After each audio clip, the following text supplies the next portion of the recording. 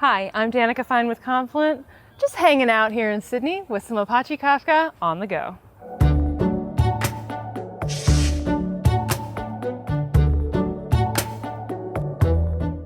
The primary unit of storage in Apache Kafka is the topic, which is a log of interesting events for, well, some topic. Your events are written to a Kafka topic as key value pairs using a producer, and then later on, you can use a consumer to read that data back out. Now, topics have some interesting properties. Just like an application log file, they're append only. All new events are added to the end.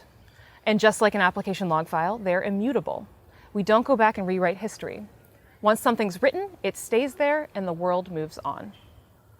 And as an added bonus, append-only files are super easy to replicate, so we can easily use that property to make our topics durable by replicating the log across several nodes in our cluster. To learn more about Apache Kafka, check out Confluent Developer, but for now, remember this. Topics are a durable log of immutable events. You write it in order, and you can read it back how and when you want.